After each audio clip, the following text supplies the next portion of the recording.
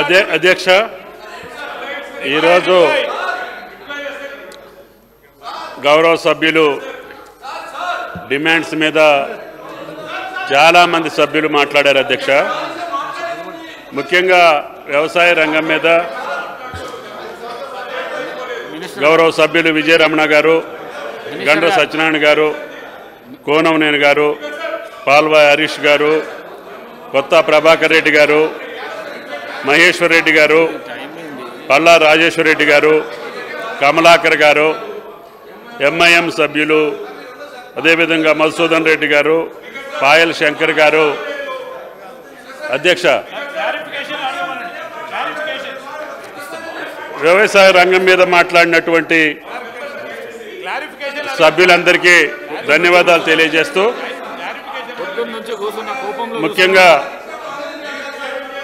మాట్లాడినటువంటి సభ్యులు చాలామంది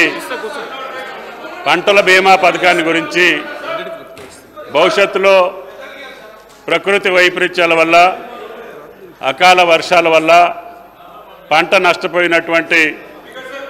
రైతుకి మేలు జరగాలని చెప్పి పంటల బీమా పథకాన్ని అమలు చేస్తున్నారా లేదా అని చెప్పి గౌరవ సభ్యులందరూ కూడా దాని మీద ఎంతో రైతుల మీద,